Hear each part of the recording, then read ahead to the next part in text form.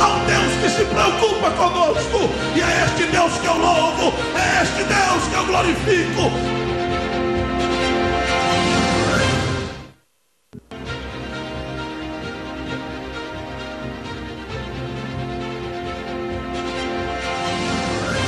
Você que trouxe a sua Bíblia, por gentileza, meu irmão, abra comigo na carta do apóstolo São Paulo aos Colossenses, capítulo de número 3.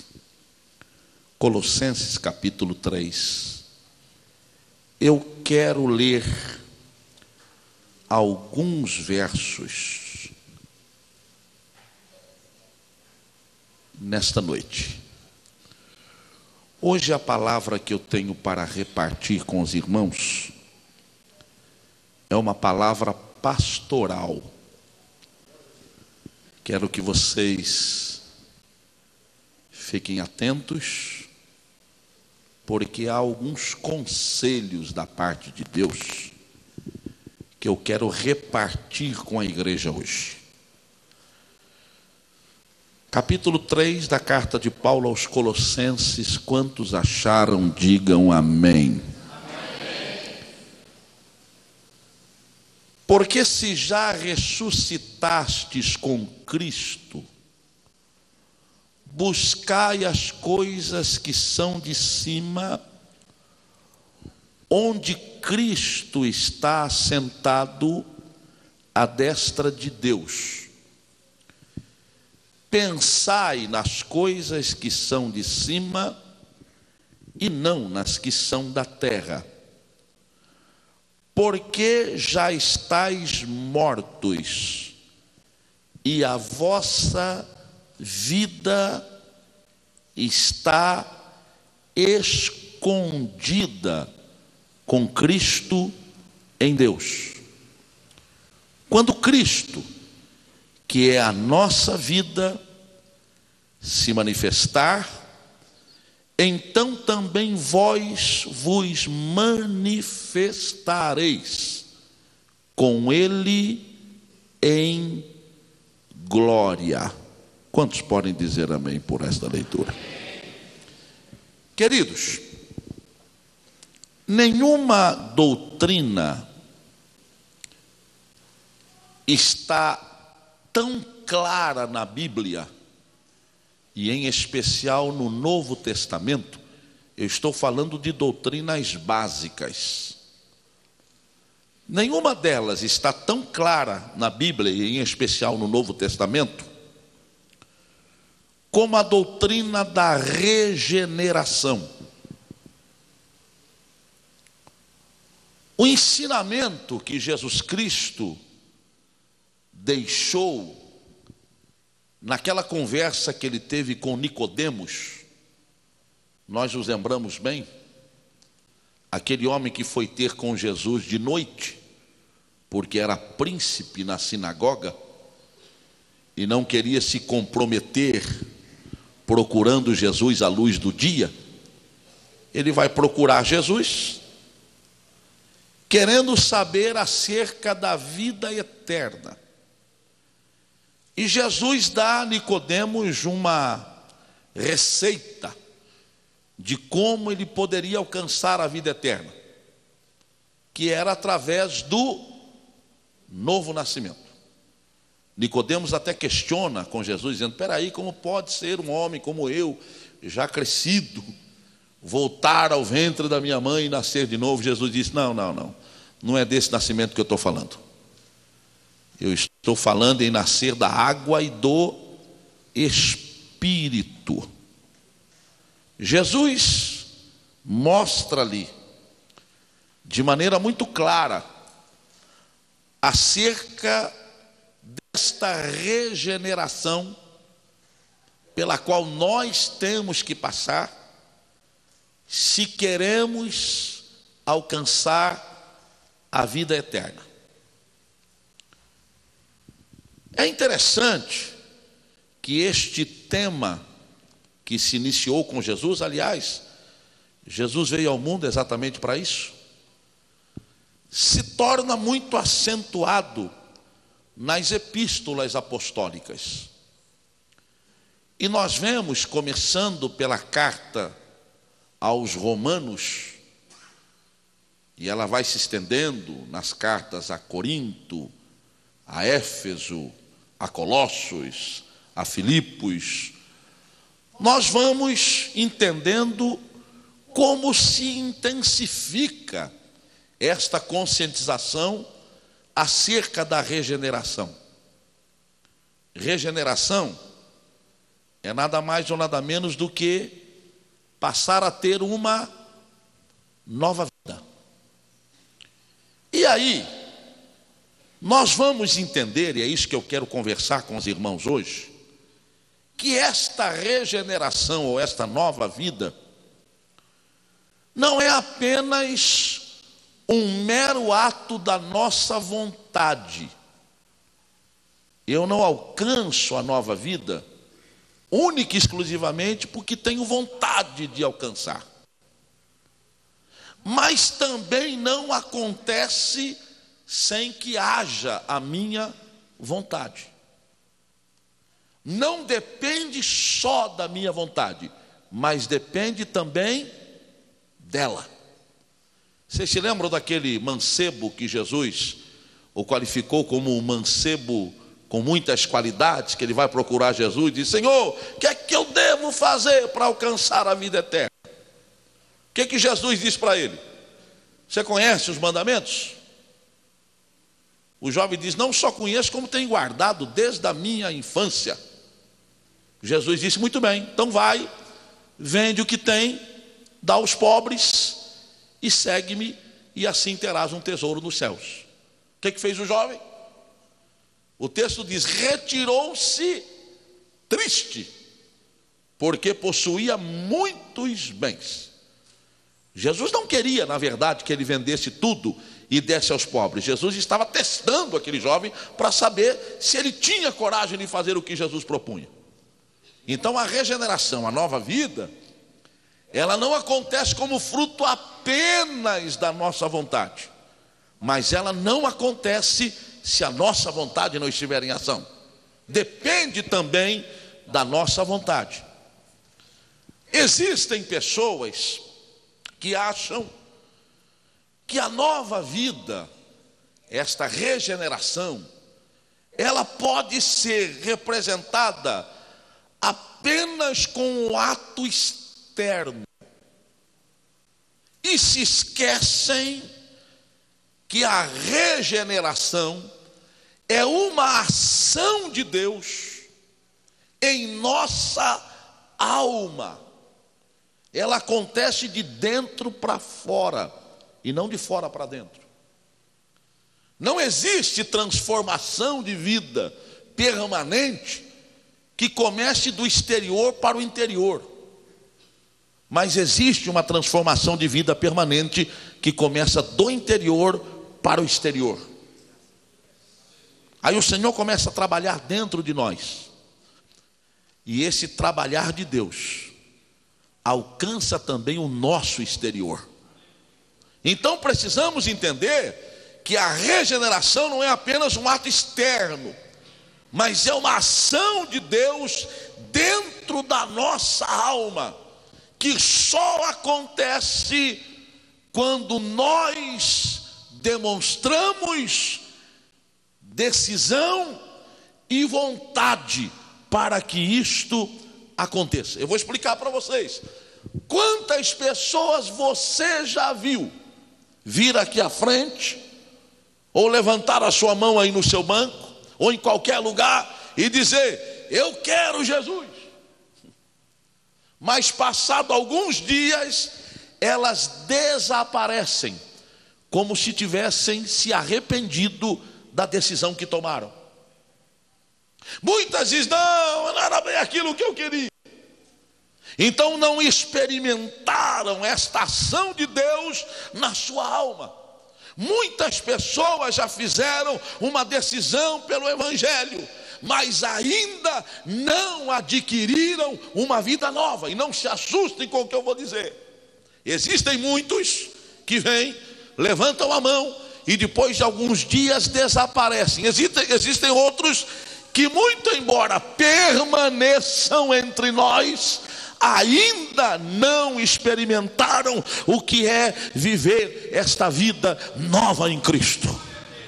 E é sobre isso que eu quero falar um pouquinho esta noite. Eu disse que é uma palavra pastoral. Eu não sei se você vai sentir desejo de dar muito glória a Deus hoje, mas se sentir, tem liberdade para fazê-lo. Como eu posso adquirir esta nova vida? O que eu tenho que fazer para adquirir esta nova vida?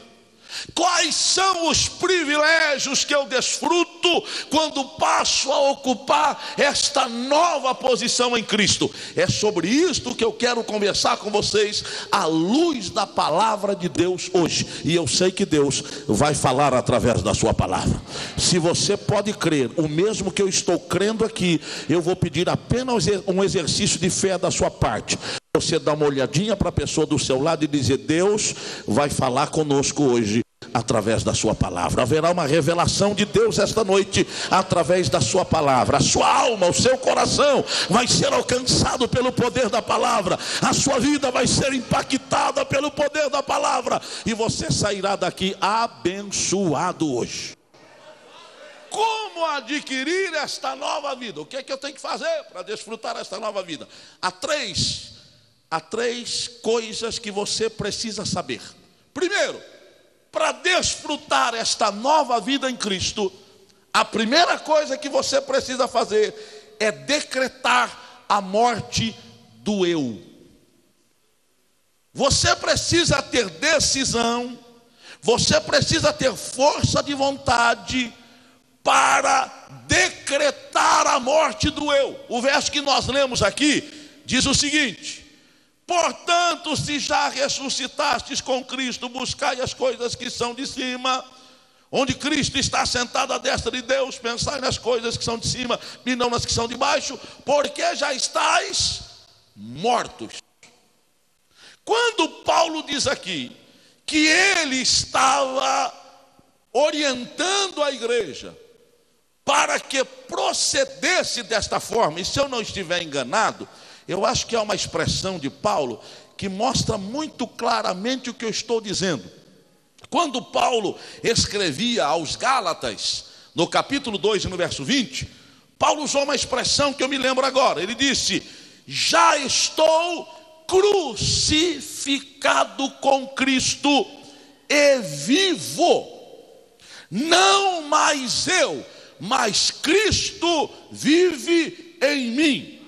E a vida que agora vivo na carne, vivo-a na fé do Filho de Deus, o qual me amou e se entregou a si mesmo. Por quem? Por mim. Quando Paulo diz: já estou crucificado com Cristo, esta crucificação não era do corpo físico, mas era da natureza moral.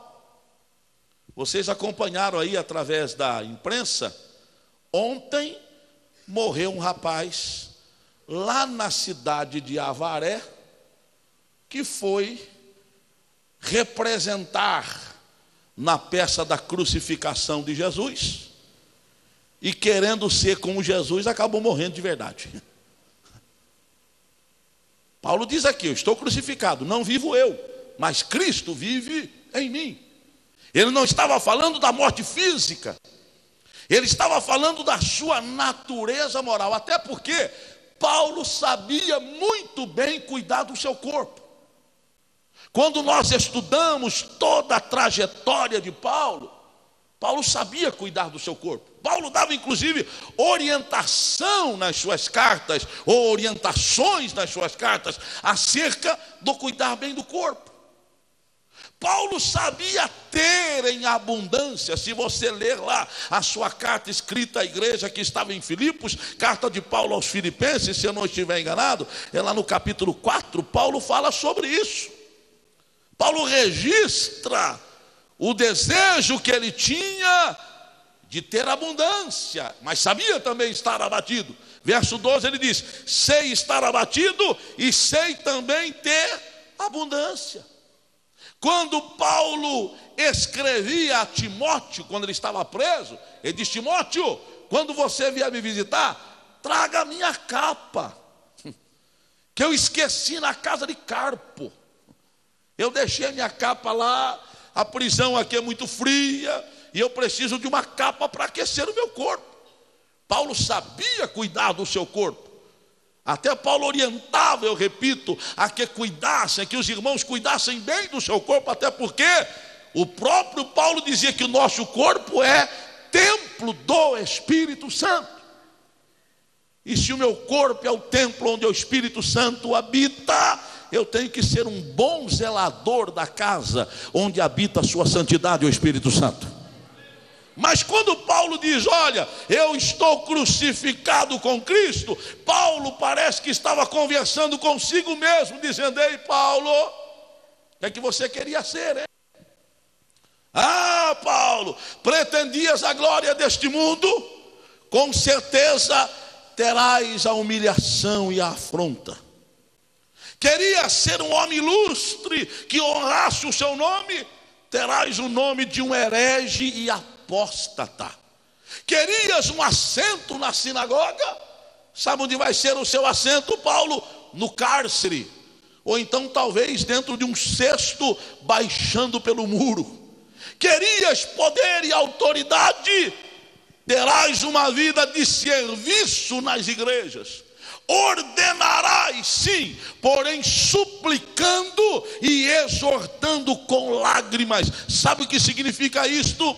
Significa crucificar o eu, significa matar o eu, significa crucificar a sua natureza moral, que é pecaminosa, que é tendente à prática daquilo que não agrada a Deus, que é tendenciosa a fazer aquilo que desagrada o Espírito Santo, e receber dentro de você a orientação sublime, certeira, digna, objetiva, santa de sua santidade, o Espírito Santo. Isto significa matar o eu. Mas, queridos, escute bem, eu disse que a morte do eu, segundo Paulo, não implicava na morte do corpo físico, mas sim da natureza moral. Eu entendo com isto, queridos, e até o próprio Paulo registra isso, quando ele escreve a sua carta aos Romanos, capítulo 7, Paulo descreve aí uma luta que ele enfrentava, uma luta da carne contra o espírito. E ele falava que havia uma guerra entre a sua carne e o seu espírito. Ele mencionava acerca do que ele queria fazer de bom e não conseguia, porque havia uma luta interior. Mas quando ele chega no capítulo 8, na sua carta aos Romanos, Paulo começa a dizer que ele tinha e via diante dele a possibilidade de viver uma nova vida. E esta nova vida não estava sob a égide da força da carne, mas estava sob a égide da graça de Jesus Cristo. E aí Paulo começa a escrever o capítulo 8 da carta aos Romanos, e ele começa a descrever isso de maneira muito clara. E no verso 13 ele diz: porque se viverdes segundo a carne, morrereis, mas se pelo Espírito mortificardes as obras do corpo, então vivereis. Mas como é que Paulo pode entrar em contradição com o que ele mesmo disse? Se escrevendo aos Gálatas ele diz: eu já estou crucificado com Cristo, já não vivo eu, já estou morto. Aqui escrevendo aos Romanos diz: não, eu estou vivendo. Aí nós entendemos, Paulo estava vivendo segundo a força do Espírito Santo que habitava nele.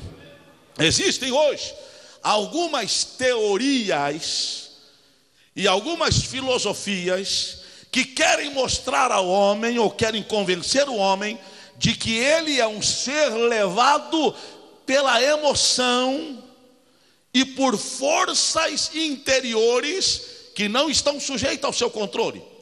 Você pega, por exemplo, o determinismo.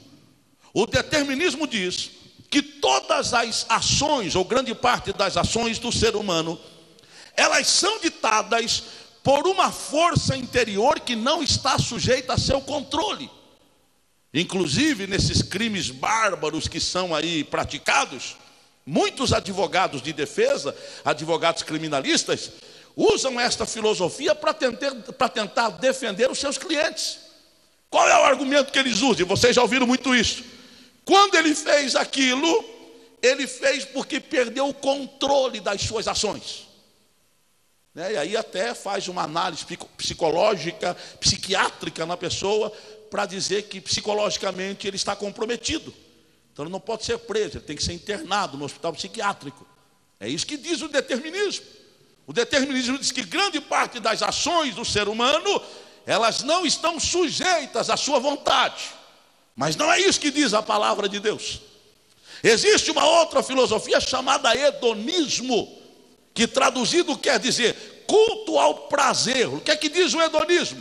O hedonismo diz que tudo que é belo é natural. E tudo que é natural não pode ser qualificado como pecado.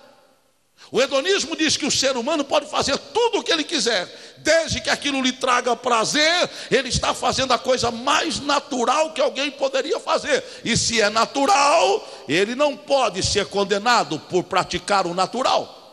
Equipara o homem aos animais irracionais, que na verdade não conseguem distinguir entre razão e vontade. Mas o hedonismo está aí, levando pessoas à prática de toda sorte de atrocidades em nome do prazer. Você olha para a ciência cristã, embora tenha um nome muito bonito, de cristã não tem nada. Porque a ciência cristã tenta convencer o ser humano, o homem, de que o pecado não existe. É algo da criação do próprio homem, dependendo da sua cultura. O que para mim é pecado, para você pode não ser. O que para você é pecado, para ele pode não ser, dependendo da cultura em que você foi formado. E muita gente acha que por ter o nome de cristã, ela merece respeito. A Bíblia Sagrada coloca por terra todas essas filosofias e todas essas teorias.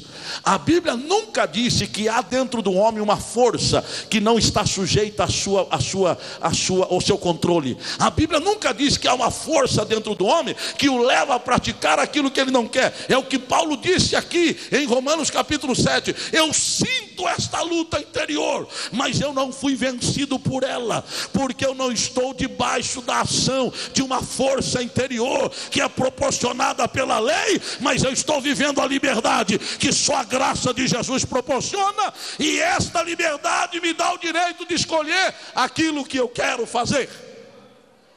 Dá para dizer amém ou é difícil? Então não há convencimento para mim do determinismo. O hedonismo também não me convence, porque o texto que nós lemos diz que se alguém está em Cristo, deve buscar o quê? As coisas que são de cima e não as que são de baixo.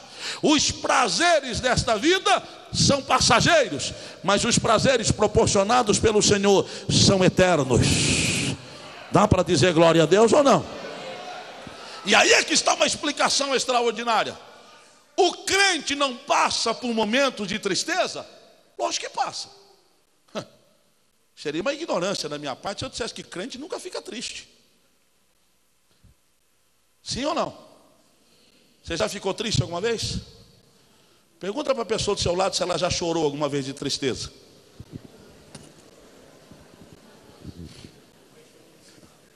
Meu irmão, até Jesus chorou. Quando Jesus vê o estado de Jerusalém, Jesus chora. Ali foi um choro de tristeza. Oh, Jerusalém, Jerusalém, que mata os teus profetas. Não era tristeza que Jesus estava sentindo? Quantas vezes eu quis te ajuntar como a galinha junta os seus pintinhos, mas você rejeitou.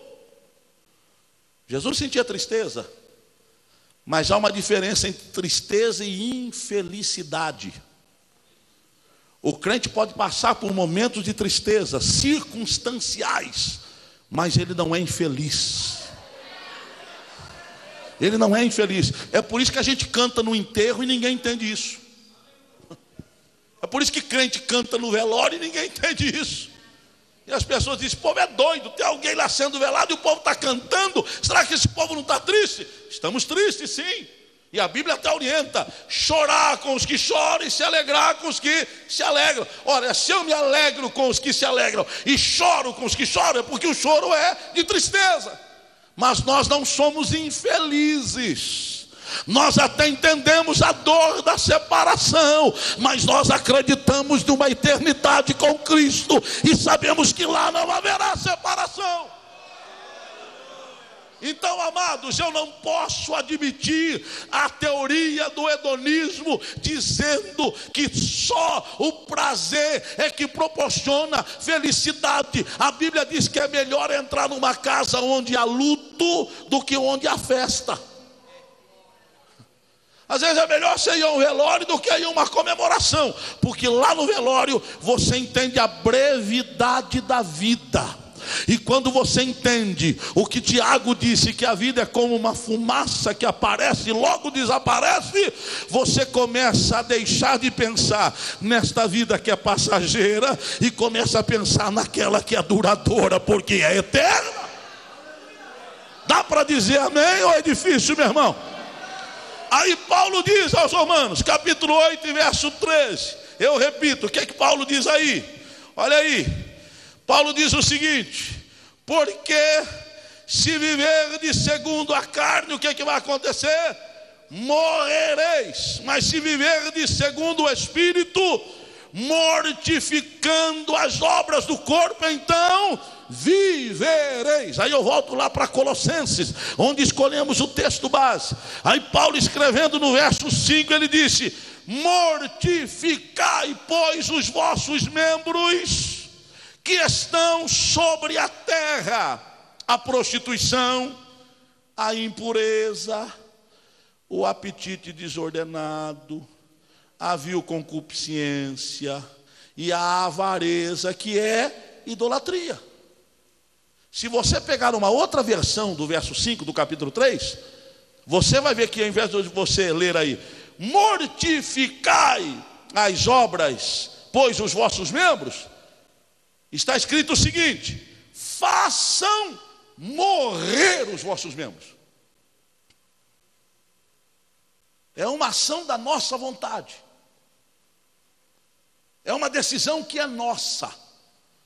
Façam morrer aquelas vontades que prejudicam o seu relacionamento com Cristo, e deixe florescer e viver só aquilo que leva você a se aproximar de Deus.